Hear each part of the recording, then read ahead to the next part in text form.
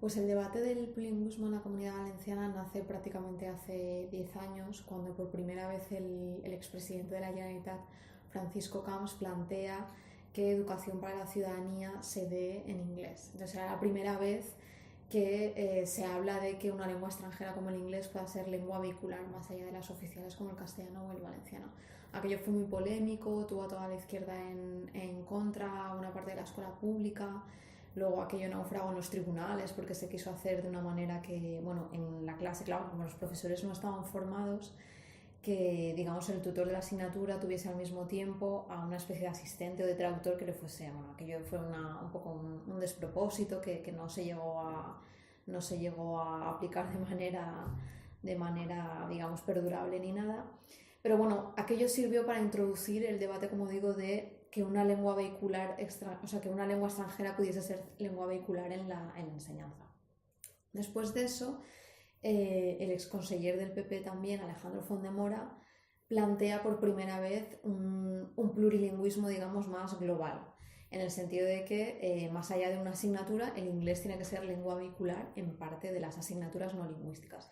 Y entonces en aquel momento él habla de una presencia equilibrada de las tres lenguas en la escuela. Entonces sería un tercio del tiempo para castellano, otro tercio para valenciano y otro tercio para el inglés. De nuevo, la oposición política a la izquierda interpreta que aquello es una manera o una idea, una de las ocurrencias que se decía en aquel entonces del conseller, de cargarse las líneas de inmersión en valenciano. Y entonces de nuevo tiene a buena parte de la escuela pública, los partidos políticos de izquierdas en contra de esa medida, que por otro lado nunca se llegó a plasmar quiero decir, que no pasó más allá de una declaración de intenciones. Pero luego es verdad que desde aquel momento hasta que se aprobó el primer decreto de plurilingüismo, que fue en la época de María José Catalá, en la Consellería de Educación también con el PP, y entonces Catalá lo que hace es plantear un decreto en el que además se estuvo aplicando durante unos pocos años, que por primera vez introduce ya de una manera seria, y además ya había concienciación, digamos, en la comunidad educativa de la necesidad de introducir ese inglés como lengua vehicular. Y entonces en aquel momento ella deja de base las dos líneas que habían de enseñanza, la línea en castellano y la línea en valenciano, y en esas dos líneas el inglés se tenía que meter, digamos, de una manera muy paulatina y progresivamente como lengua vehicular en alguna asignatura no lingüística. Para la mayoría de colegios esto acabó siendo, pues por ejemplo, educación física, en plástica, en música, en ese tipo de asignaturas. Pero bueno, fue la primera vez que se metió de alguna manera, pues eso, sistematizar el inglés en las aulas.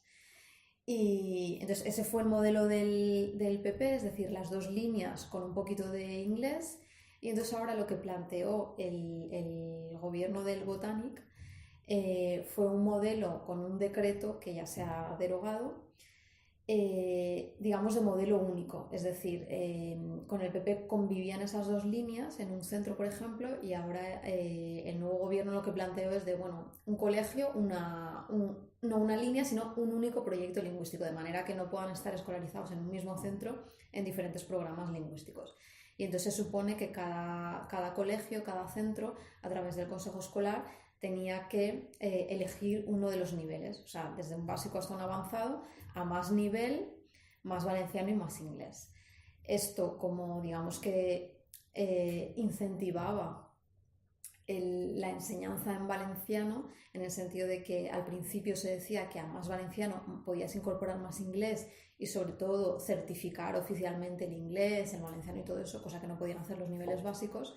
Bueno, pues esto ha generado un enfrentamiento. En este caso, enfrente teníamos a PP y Ciudadanos también, y sobre todo a asociaciones de padres, sobre todo de Alicante, más de las zonas castellanohablantes, absolutamente enfrente. En la batalla en los tribunales la lideró la Diputación de Alicante, y gracias a sus recursos acabó tumbándose ese decreto que, bueno, cuando ya llegaba la sentencia estaba derogado. Y de ese decreto se ha pasado, bueno, pasamos por en medio a un decreto ley que se aplicó de manera urgente este año para, digamos, de alguna manera tener garantizado un mínimo plurilingüismo en infantil, que es donde, porque se había derogado, bueno, los tribunales habían suspendido cautelarmente el decreto, y entonces el Consejo tuvo que sacar un decreto ley para, digamos, garantizar el plurilingüismo. Pero ese decreto ley se ha pasado ya a una ley que promovieron los tres partidos del Botànic, es decir, Compromís, PSPB y Podemos. Y bueno, la ley básicamente parte de la base de lo que se hizo, de lo que dictaminaron los tribunales en Cataluña, que es que tiene que haber un 25% como mínimo de castellano, y entonces en esa ley lo que se dice es, vale, hay un 25% al menos tanto de castellano como de valenciano, y en inglés puede oscilar de un 15 a un 25. Y igualmente un modelo único, o sea que la principal diferencia respecto al sistema de líneas es que es modelo único, es decir, un mismo proyecto para todo un centro. Vale, ¿y por qué suspendió el tribunal el primer decreto? Porque la Diputación de Alicante recurrió ese decreto alegando que discriminaba al castellano y que podían existir, se podía perjudicar ya si se aplicaba ese decreto a los alumnos, y entonces el TSJ entendió que podía ser así y decidió suspender cautelarmente el decreto justo en pleno periodo de escolarización, que fue de ahí vino todo el lío. ¿Y cuáles son las claves del nuevo modelo? Pues como he dicho, en la ley se parte de la base de que el mínimo ha de ser para las lenguas oficiales igual, y a partir de ahí, en función de cada centro, de sus necesidades, de los recursos que tengan, cada centro puede ir modulando la presencia de una u otra lengua. Pero siguiendo las sentencias de Cataluña, el mínimo de las lenguas oficiales es un 25, es decir, un 25% hay que darlo en castellano y un 25% en valenciano. El inglés puede oscilar, pero por ejemplo la ley promueve o dice que promoverá que la enseñanza del valenciano pueda, por ejemplo, crecer más allá del 50%, hasta un 60%, por ejemplo. Pero básicamente es eso, se carga el modelo de líneas, según el cual los padres un poco elegían, y dejan en manos del centro la elección de ese proyecto lingüístico a través del consejo escolar. Vale. ¿Y por qué genera tanta polémica tanto en la derecha como en los padres el que sea el centro que elija el modelo?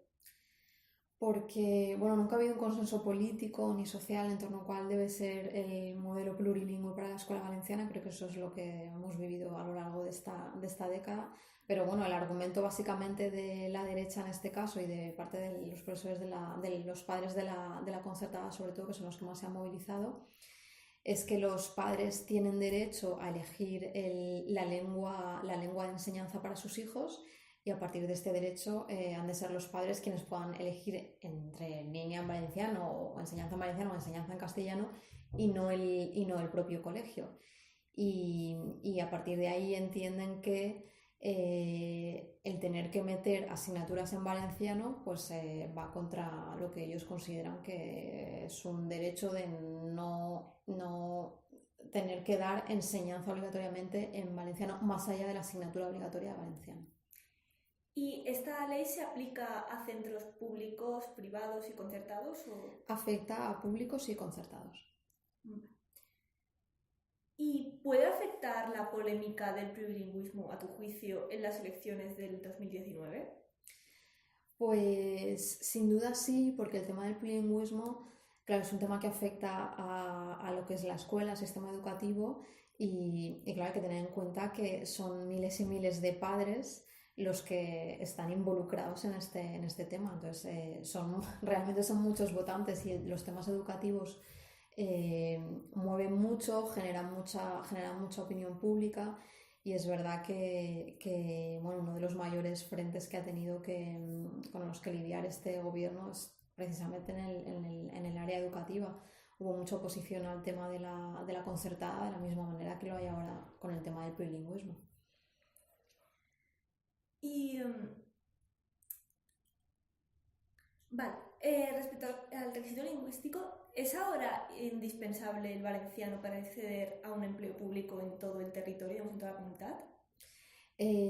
Ahora en la mayoría de casos es un mérito, pero por ejemplo en el caso de la educación ya es requisito en todas las etapas educativas, que eso tradicionalmente siempre fue requisito en primaria, en los colegios, pero en 2013 2014, el Partido Popular amplió ese requisito, o sea, es una cosa que realmente viene del Partido Popular, pero porque fue una reivindicación, digamos, de la tradicional de la escuela, implantó el requisito también en secundaria. Y se dio entonces una moratoria de 4 años que venció a principios de este curso, y es en este curso cuando los interinos han tenido que demostrar que tenían el nivel de valenciano exigido, con lo cual ya en todo el ámbito educativo ya es requisito, no simplemente mérito. ¿Y qué pasa en las comarcas castellanoparlantes, en los docentes de esos territorios? Claro, ellos ahí, hay una fuerte oposición a este tipo de medidas porque, entienden que si ellos no tienen que dar una asignatura en valenciano, sino que sus clases las tienen que dar en castellano, ellos no entienden por qué tienen que demostrar o acreditar ese requisito, un conocimiento de valenciano que realmente no van a tener que emplear en su día a día. Y por otro lado, lo que critican es que sin acreditar este nivel de valenciano les desactivan de la bolsa y con lo cual se quedan en la calle. Y muchos alegan que tienen muchos años de experiencia y que son gente con una edad ya que se va a quedar o se está quedando en el paro. Y la enseñanza en valenciano es más, es que me la salta. ¿Es más un problema de elección o es más un problema, digamos, de los padres y por miedo a que sus hijos no puedan aprender, o es más un problema ideológico? Yo creo que sinceramente hay de todo, según el caso, supongo. Vale. Y así para finalizar, no, espera. Primero, ¿y crees que el nuevo gobierno intenta equiparar las leyes plurilingües a otras comunidades, digamos, bilingües, como puede ser Cataluña o Baleares, que es, digamos, el modelo que ahora ha implantado Marzá, es el que sugiere el PP y Ciudadanos en esos territorios? A ver, por ejemplo, en el caso de Cataluña, nuestro modelo educativo no tiene nada que ver porque aquí no hay inmersión en valenciano en todo lo que es el ámbito territorial. Entonces, desde ese punto de vista, porque claro, aquí históricamente tenemos comarcas castellano-hablantes y valenciano-hablantes, o sea, diferenciadas. En Cataluña, por ejemplo, no. Entonces, desde ese punto de vista, por eso aquí se mantiene más o menos en paralelo una enseñanza con más castellano que valenciano y viceversa. Ellos sí que reconocen que se basaron en Cataluña en el sentido de que allí los tribunales dictaminaron que el 25% al menos tenía que ser de castellano, y eso es verdad que está recogido en la ley.